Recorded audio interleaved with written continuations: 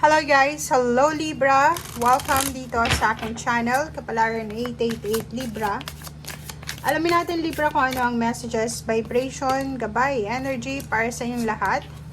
Ito ay general reading, weekly tarot reading para sa lahat ng Libra. So, if ever man na makaresonate ka sa mga barahang to, please like and share and subscribe kung hindi ka pa subscriber. And i-press mo ang notification bell button para ikaw ang unang makapanood sa videos. Ay, ang ganda nito. So, nakikita natin dito, Libra, na may pagbabago. Parang phoenix rising from the ashes siya. 'Di ba?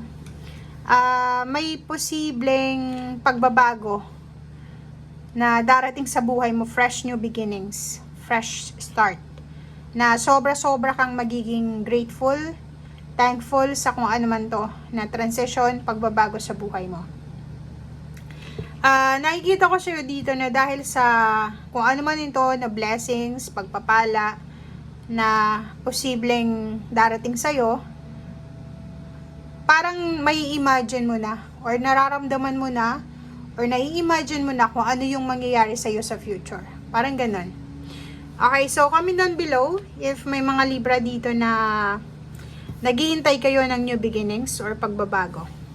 And dahil din dito sa transformation na to, parang pakiramdam mo, may pagkakataon ka na para mamili. Or, kasi siguro sa mga nakaraang taon, nakaraang buwan, or nakaraang mga events sa buhay mo, sitwasyon, hindi ka nagkakaroon ng time para makapamili. So dito, sa barahang to, sinasabi na, ano man itong magsisimula sa buhay mo na pagbabago, magiging posible na yung imposible sa buhay mo. Okay? Looking deeper. Wow. Nakikita natin dito na sobrang wisdom to guys. Napakalawak na sakop ng blessings na ito na darating sa'yo. Ang dami mong matutuklasan. Ang daming biyaya. Maraming gateways ang magbubukas para sa'yo. Parang treasure to eh, 'di ba? Parang halimbawa hindi ka naman nag-treasure hunt, hindi ka naman naghahanap ng swerte, or hindi ka naman yung klase ng tao na materialistic, pero kusang papasok sa buhay mo yung mga swerte. 'Di ba? Kusang papasok sa buhay mo yung mga pagpapala, or kusang papasok sa buhay mo yung yun nga, yung biyaya or yung gateway magbubukas para sa iyo 'yan. Okay?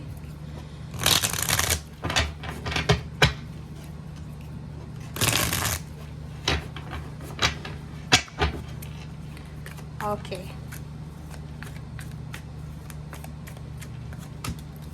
Oh, wow. So, 9 of Cups. Oh.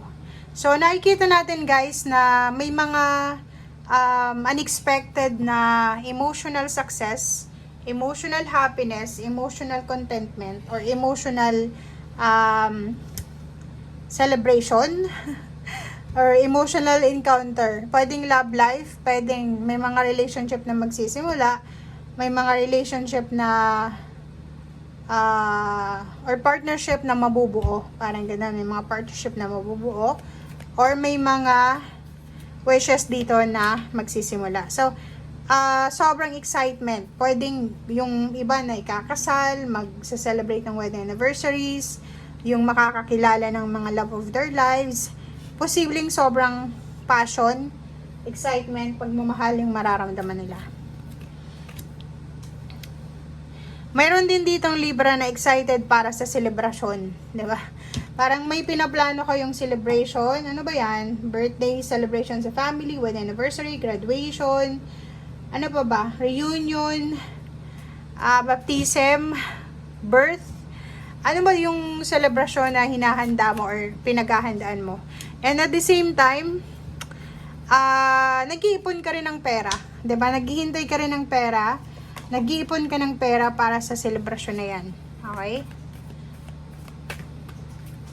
Okay, in the lovers, yun. So, ang possible dito is celebration para sa kasal or celebration ng mag-asawa, ng buong pamilya, or kano pa man.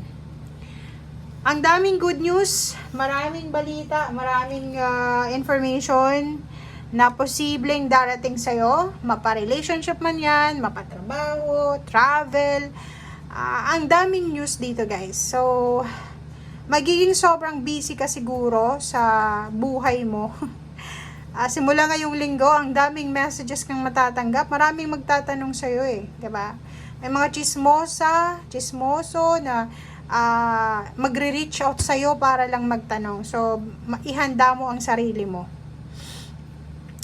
May nakikita din tayo ditong balita tungkol sa pagta-travel. Pwedeng may nagtatanong kung kailan ka aalis, kailan ka uuwi, kailan ka magta-travel, or ganito ganyan.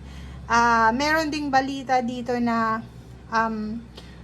may mga changes ng location, may relocation, may progress, yun, may victory and success, kailan yung okasyon gaganapin, ano yung specific na date, or ganito, ganyan. So, yung mga detalye ng success na isa-celebrate mo. Oh, 'di ba? So, yun, sabi ko sa'yo 'di ba? So, may meron ditong good news ng victory and success, celebration, emotional success, emotional clarity, and emotional satisfaction in achievements. Okay? And nakikita ko sa'yo dito na looking forward ka dito sa okasyon na to.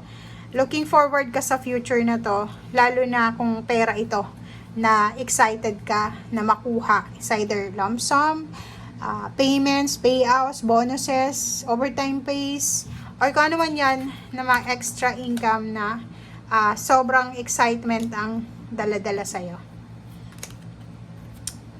At ang death card na to is transition to, transformation. So, isa confirmation na posibleng magbabago yung takbo ng buhay mo. Okay? Relationship-wise, nakikita natin ang dami-daming pagbabago.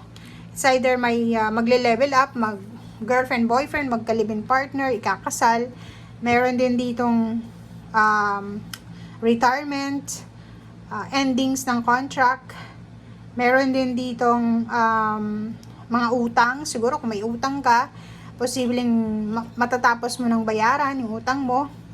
Or, ano pa ba yung mga possibilities? Kunin natin yung isang, Five of Wands. Pwedeng may kaso ka bang kinakaharap. Pwedeng maayos yung kaso mo. Or pwedeng kung may mga competition, pag-aaway, mga issues, mapapanalunan mo kung ano man ito. Okay? So, sa relationship, ganun din. May mga relationship na nag-aaway, may mga magkakamag-anak na hindi nagbabati or hindi nagkikibuan. Posibleng maayos siya sa linggong ito. And especially mag-asawa, mag-boyfriend, girlfriend, magiging maayos yung takbo ng relationship nyo this week. Thank you guys and see you again. Bye!